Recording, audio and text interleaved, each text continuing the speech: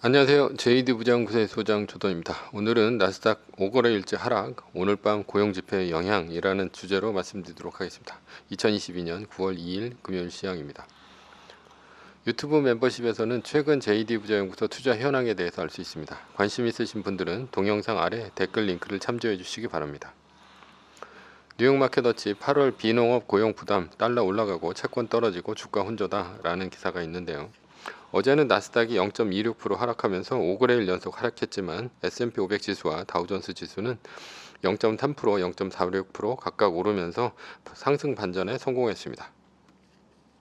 메인 이슈입니다. 나스닥 5거래일째 하락, 오늘 밤 고용지표의 영향.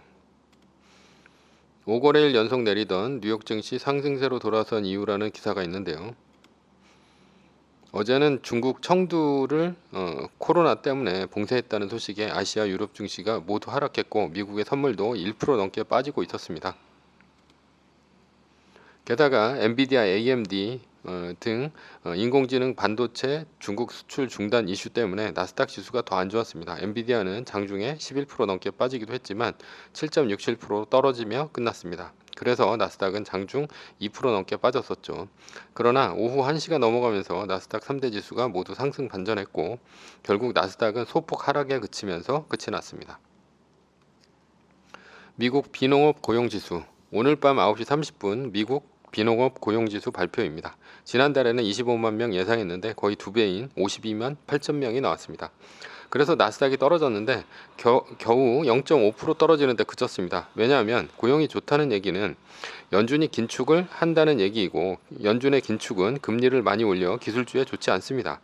그러나 당시에는 시장에서 연말까지 3.5%까지 금리를 올리고 내년부터는 동결 또는 금리 인하가 있을 것이라는 주가에 대한 낙관적인 기대가 있었죠. 그래서 0.5% 하락에 그쳤습니다. 물론 3일 연속으로 떨어지긴 했습니다. 그러나 지금은 파월을 비롯한 연준 의원들이 내년에도 금리 인하는 없을 것이고 지표가 더 안 좋으면 더 강력히 긴축을 하겠다라는 의사를 내비쳤죠.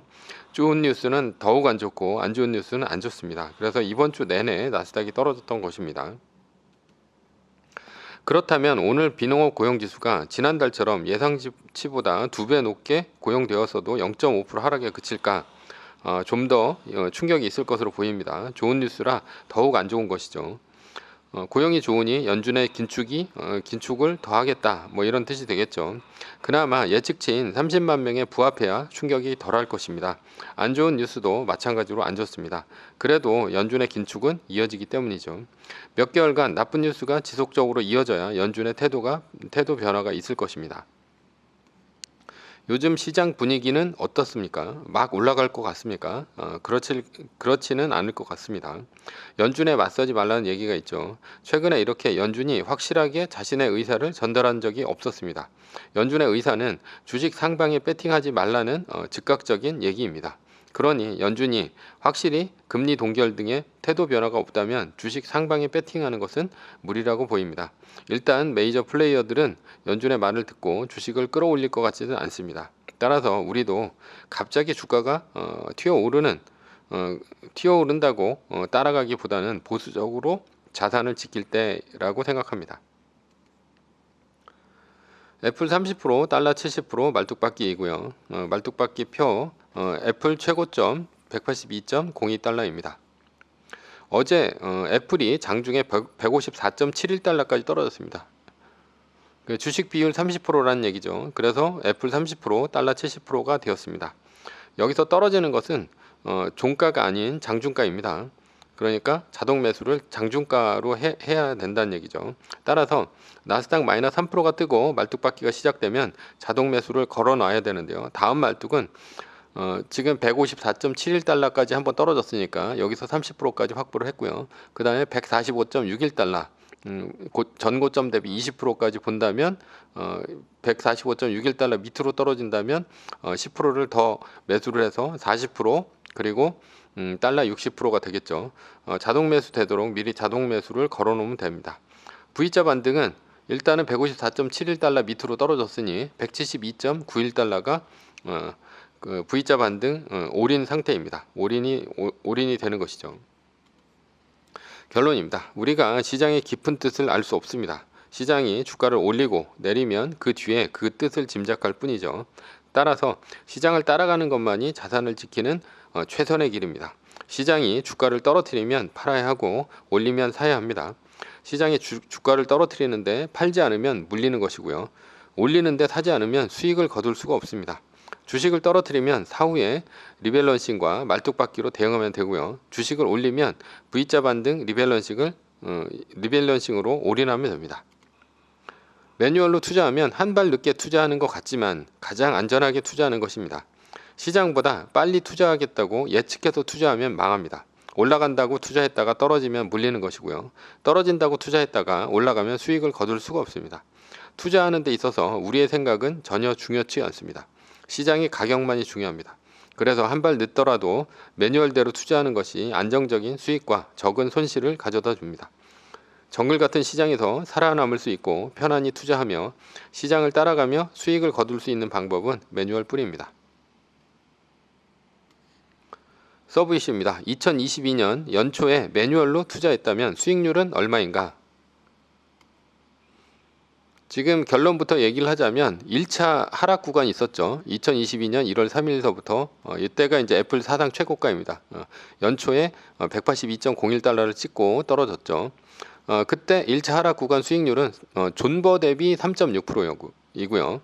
그 다음에 V자 반등을 해서 이때 들어갔고 2022년 3월 29일 전고점 178.96달러까지 올라갔다가 이때서부터 리밸런싱과 말뚝박기를 하고 그 다음에 V자 반등을 했다면 2차 하락 구간 수익률은 존버 대비 11.7%가 됩니다. 이것을 제가 이제 그 표로 만들었는데 보시면 2022년 1월 3일 날 애플 전고점 182.01달러이고요. 그리고 2022년 1월 5일 날 누적으로 2.5% 하락을 했습니다. 그리고 이때가 나스닥 마이너스 3%가 발생을 했고요. 그리고 애플이 말뚝박기를 시작합니다. 그래서 요 174.92달러까지 떨어졌고 지금 90대 10으로 이렇게 애플 말뚝박기를 시작합니다. 그리고 1월 6일 날 애플 누적 5% 하락했고요. 그리고 7.5%, 그 다음에 누적 10%, 그 다음에 누적 15% 하락, 그리고 V자 반등 리밸런싱 누적 10% 구간 상승이 일어납니다.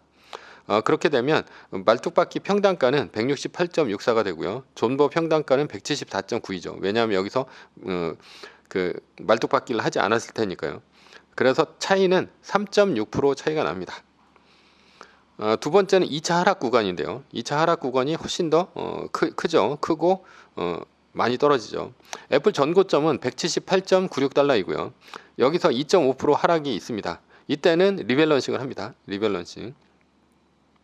그 다음에 지금 누적으로 5% 하락하고 그 다음에 80대 20으로 바꾸고 그 다음에 애플 누적 7.5% 하락하고요. 70대 30으로 바꿉니다. 애플 누적 10% 하락할 때 나스닥 마이너스 3%가 발생을 합니다. 그래서 말뚝박기에 들어갑니다. 그래서 애플 누적 15% 하락, 그 다음에 20% 하락, 그리고 25% 하락, 그리고 V자 반등 리밸런싱 누적 10% 상승 구간이 발생해서 155.35달러에 들어갑니다. 그래서 100%가 되고 리밸런싱 말뚝박기 평단가는 153.96달러가 되고요. 존버 평단가는 174.31달러가 됩니다. 그래서 존버보다 얼마가 이득이냐? 11.7%가 이득입니다. 게다가 우리는 미국 주식에 투자합니다. 그래서 환율 효과가 있습니다. 지금은 달러 초강세 시대이죠. 그래서 2022년 1월 3일 기준으로 달러 원 환율은 1193원이었고요. 2022년 9월 2일 현재 달러 원 환율은 1356원입니다. 연초 대비 달러 원 환율의 수익률은 13.6% 이득이고요. 따라서 달러에 투자했다면 국내 주식 대비 수익률은 13.6%를 거둘 수 있었습니다. 그리고 환율과 존버 대비 수익률을 합하면 무려 28.9%의 수익률입니다. 결론입니다. 매뉴얼로 투자한다면 앞으로 공황과 같은 하락장에서 또 수익을 낼 수 있으며 환율로도 이득을 볼 수 있습니다. 세계 1등에 투자하면 25%의 복리로 10년에 10배, 20년에 100배의 꿈의 수익률이 꿈은 아닐 수 있습니다. 매뉴얼입니다. 세계 1등 주식은 전고점 대비 2.5% 떨어질 때마다 10%씩 팔면서 리밸런싱을 하다가 나스닥 마이너스 3%가 뜨면 말뚝을 박는 것입니다. 그러다 반등이 시작되면 V자 반등 리밸런싱을 하면 됩니다. 자세한 내용은 JD 부자연구소 다음 카페를 참조하시거나 동영상 밑에 리밸런싱 말뚝박기 댓글 링크를 참조하시기 바랍니다. 전제는 세계 1등 주식은 우상향합니다. 매뉴얼을 지키며 세계 1등에 투자하면 매년 25%의 복리로 10년간 10배, 20년간 100배로 재산을 불릴 수도 있습니다. 위의 상황은 매뉴얼일 뿐입니다. 따를 사람은 따르고 참고할 사람은 참고하시면 됩니다. 주식을 사고 파는 것에 대한 모든 책임과 이득은 본인에게 있습니다. 매뉴얼을 지키려면 머리를 쓰지 말고 머리를 쓰려면 매뉴얼을 지키지 맙시다. 오늘은 나스닥 5거래일째 하락, 오늘 밤 고용지표의 영향이라는 주제로 말씀드렸고요. 지금까지 JD 부자연구소의 소장 조던이었습니다. 컨텐츠가 좋았다면 구독 안 누르신 분들은 구독 좀 눌러주시기 바랍니다. 지금까지 들어주셔서 감사합니다.